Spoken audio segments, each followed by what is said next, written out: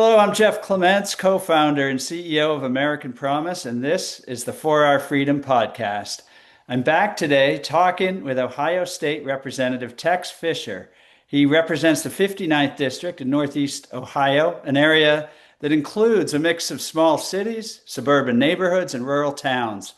He's born in Youngstown, lives in the district now, raised in Ohio, and one of the youngest serving legislators, I think, in the country, although he would have to beat the record by our own Sarah Blair at American Promise, who served in the West Virginia legislature at a young age as well. So it is wonderful for Americans to see a rising generation of leaders, and Representative Fischer is certainly a rising one of the new generation of rising young conservatives taking the work forward in the Ohio legislature. In 2024, Ohio enacted a law to outlaw all foreign spending in state elections and ballot measures. That law, like many others, is currently being challenged in federal courts under the Supreme Court's Buckley versus Vallejo Citizens United theory of the First Amendment free speech with money in politics. And Representative Fischer is sponsoring a resolution to do something about that federal judiciary interference in basic laws like should we have foreign money in our elections, with a resolution in the Ohio legislature titled HCR 19. The idea is simple, he says. The people of Ohio and their representatives should be able to set the rules concerning money in Ohio elections. Representative Fischer, thank you for your leadership. Welcome to the 4 Hour Freedom Podcast. We're delighted to have you with us. And let's set the table. Federalism comes up. The role of the states comes up a lot in these conversations. I know it's important to you. Tell us a little bit, Representative Fischer, what does federalism mean to you? Why is it such an important part of our American constitutional structure? Yeah, well, thank you so much for having me and talking about this. I think federalism is critically important because it harkens back to our founding. The federal government did not create the states. The federal government was created by the states. And ultimately, I think that's where the Constitution is very clear. State legislatures are meant to set the time, manner, and place of elections. And I think that it's also fundamentally American. States are meant to be laboratories of democracy. There are 50 different ways to tackle the same problem. And ultimately, I think it's up to us to lead at the state level and figure out maybe what the best way to do that is. But ultimately, what we want to do is lead by example, not lead by force and decree from Washington, D.C. Again, the Constitution is very clear, but the idea that states, a lot of issues that we deal with really do belong more at the state level, at the federal level. I think over the past 100 plus years, we have seen states abdicate a lot of their authority to Washington, D.C.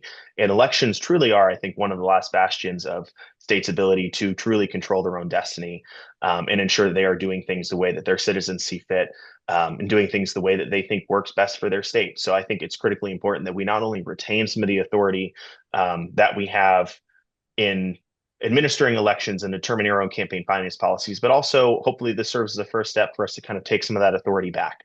I think power is best when it's closest to the people. I think that, no offense to any members of Congress, several of whom I know and I think are fantastic people, including my own congressman, of course. But ultimately, I think that I have the ability, being a state representative that represents about 125 to 130,000 people, of being more accessible than a congressman or a United States senator that represent, 750,000 people, or in the case of our United States senators, 12 to 13 million people.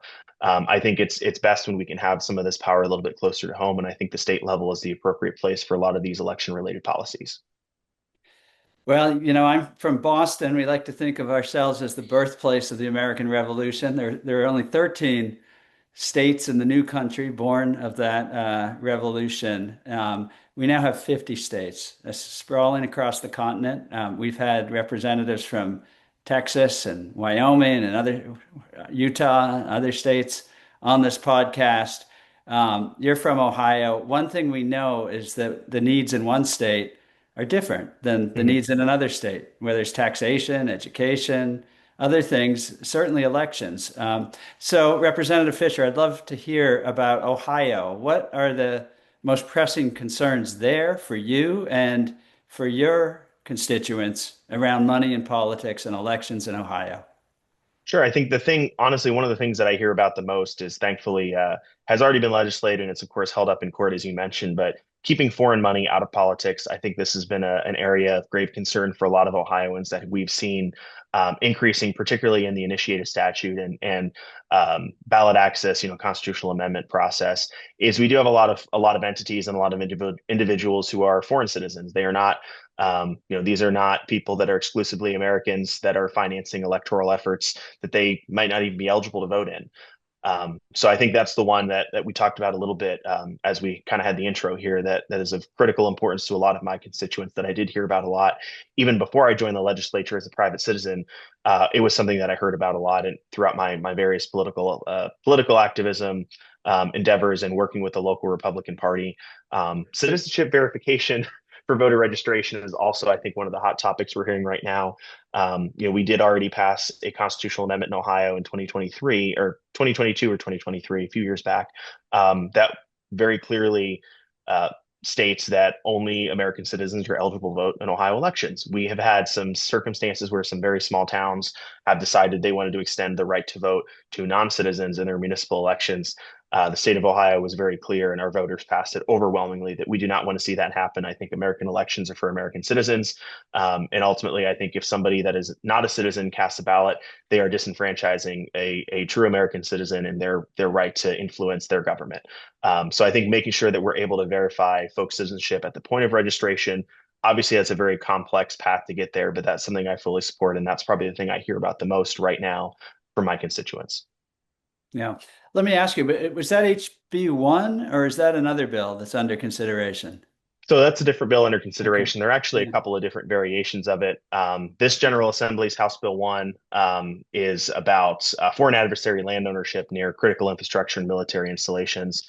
I couldn't tell you the bill numbers off the top of my head. We're into the 600s in bill numbers for this General Assembly, but there are a couple of different avenues and ways that folks want to kind of attack the citizenship verification angle. And I think a couple of them are even having hearings as we speak. Yeah. And we've seen and talked to state legislators about the federal court stepping in to block Hmm. the state's efforts to protect their elections from foreign money, foreign spending, foreign Hmm. governments even spending money under the theory of the Supreme Court that spending money is free speech. And it's been applied even to prevent states like Maine, for example, that prohibited foreign governments using corporations to spend foreign Hmm. government money in elections. Um, I understand there's been some litigation out of the Ohio efforts as well. Hmm. Can you share anything about that? Yeah, so as soon as these bills were passed, they were very, very quickly tied up in court, obviously. I do know that there were some preventative efforts made to try to make these bills lawsuit proof. I couldn't speak in a ton of detail about the status of them or some of the specific arguments. I'm not an attorney, but I will tell you from a constituent perspective, I actually have not received a single negative comment about our efforts to keep foreign money out of our elections. I've heard from some of the most fervent Democrats out there that this is something that they also agree with, even though the politics of the national and state level may not actually align with that. I think the people of Ohio were behind us in this effort because ultimately, the America's future should be dictated by American citizens and the people who live here, not foreign billionaires that want to influence one thing or another for ideological or business or personal reasons, whatever it might be. I think that American citizens should be in the driver's seat of these decisions because ultimately we're the ones that we've got to live with them. It's our country. We should reserve the right to be the only ones that are able to influence these elections through our vote and through our dollars. Yeah, well, the vote in Maine, it was a ballot initiative in Maine that passed the foreign government spending law. And the vote was 86% Hmm. yes, to your Hmm. point. You wonder what the 14% were thinking, Yeah. but it's That's a great, 86% yeah. yes. No, I mean there were as shocking as it was, there were folks that voted no on even putting that on the ballot. The amendment to ensure that only American citizens could participate in elections in Ohio. I can't quite wrap my head around why that is. I think that's more a reflection of national politics and national party politics, I should say, than anything else. But I would say almost universal feedback from people in the real world, people outside of the Capitol Square bubble or the political bubble. It's just a very common sense thing to do. Yeah, and what does it say when there's that kind of demand for these laws and you have federal courts stepping in to to Hmm. block it. You talked about federalism and the role of the states and the Hmm. constitutional limits and separation Hmm. of powers and a lot of the things that protect American freedom and democracy. What does it say for you about our constitutional situation Hmm. and the state of federalism when the federal courts are tying up these kind of basic laws that most Americans just see as common sense?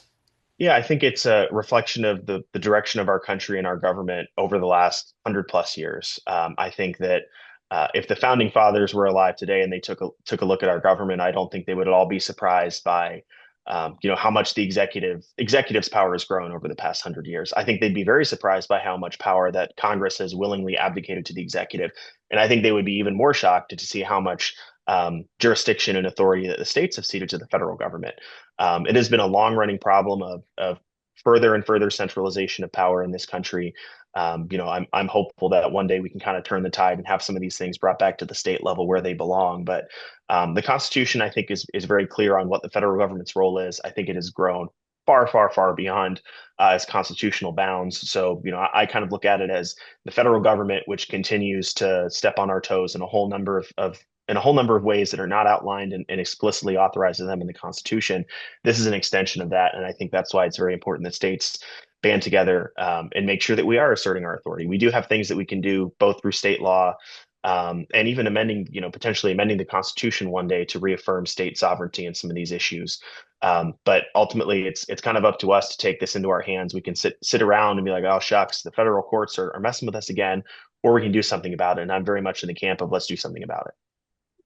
And let's turn to that, Representative Fisher, because you are helping to lead a resolution, I understand, in the State House there in Ohio, HCR 19, and you're bidding to put Ohio on the board with 23 other states that have Mhm. formally called on Congress to move a constitutional amendment out of the congressional part of the process back to the states for ratification to enable the states to deal with money in Mhm. politics and state elections. Tell us what's the argument behind the measure and who needs to hear the argument most? Yeah. Well, I think it's a very straightforward resolution. I think it's something that I would expect broad bipartisan support for. And it's very simple. It wants to reaffirm the principles of federalism and that ultimately it is the states that are to set the time, manner, and place of elections, that we control our own destiny and how we want to run our elections. And ultimately, I think there are a lot of states that get elections wrong, whether it's on the campaign finance side or, whether they do a certain type of early voting or absentee voting or what have you. But at the end of the day, it's their right to do it that way. And I think that it's a very simple statement that I think everybody can kind of take a little bit of something out of, whether you're on the left or on the right, understanding that ultimately this is our role. These are our decisions to make. We should be the ones determining how Ohio wants to run elections, not people far away in Washington, D.C. And so I'm looking forward to having some hearings on that. It's going to be moving here fairly soon. Really excited about the conversations that I've had with colleagues about this. So far, it has been nearly universal support. Haven't had any negative comments so far, knock on wood, but it's very, very simple. We just want to reaffirm the principles of federalism and hopefully have Congress give us back our rightful authority on some of these laws to let us determine the time, manner, and place of our elections. Well, that's good to hear the progress, Representative Fisher. And I want to wrap the conversation with a question we ask all our guests in this 250th anniversary of American independence. We have a lot of challenges, but a lot of good work, like this constitutional amendment proposal, and a new generation of leadership is coming forward to actually do something about it. So we have another 250 years of Mhm. American freedom and independence and democracy. And so here's the question we ask everybody on this at the end. What is your vision for the future? If we get this right, Mhm. what will it look like in 10 years when we have elections after this constitutional amendment? How will they be different? And what's at stake if we miss this Mhm. opportunity? That is a great question. What I would like to see is Ohio to continue down the path that we're on, where ultimately we are the ones that make the decisions on how these things work. I would like to see honestly, I would like to see more people voting in person. I think that's the most secure way to vote. I think that we have a great, robust system of early voting in Ohio, and I would love to see that become more accessible for people. I would like to see us have even greater transparency in campaign finance. I think that we have a generally our campaign finance system works fairly well. Obviously, we've seen that there was some exploitation of that through the House Bill 6 corruption scandal a few years ago that I'm hopeful we have moved past. But I would like to see greater transparency and more speed in some of that information. Our reporting calendar.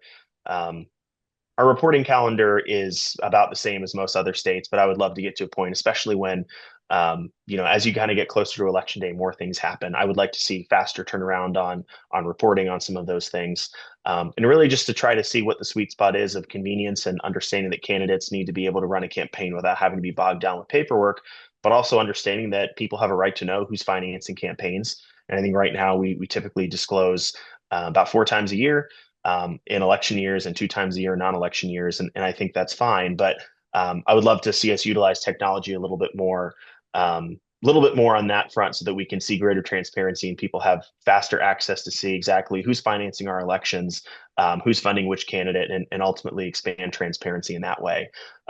But it's hopefully going to be up to the 120 some members of the General Assembly, or sorry, 132 members of the General Assembly, as we get to a point where we actually do have control over our own destiny in terms of running our elections.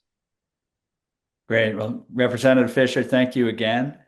Really glad to talk to you here, and we look forward to following your progress and the progress of your colleagues in moving this constitutional amendment measure forward, and making Ohio do what Ohio often does in American politics: lead the way to a sweeping kind of reform like this constitutional amendment proposal to put the states back in charge of their own elections. So, thank you so much for joining us, sir. Yep. Thank you for having me.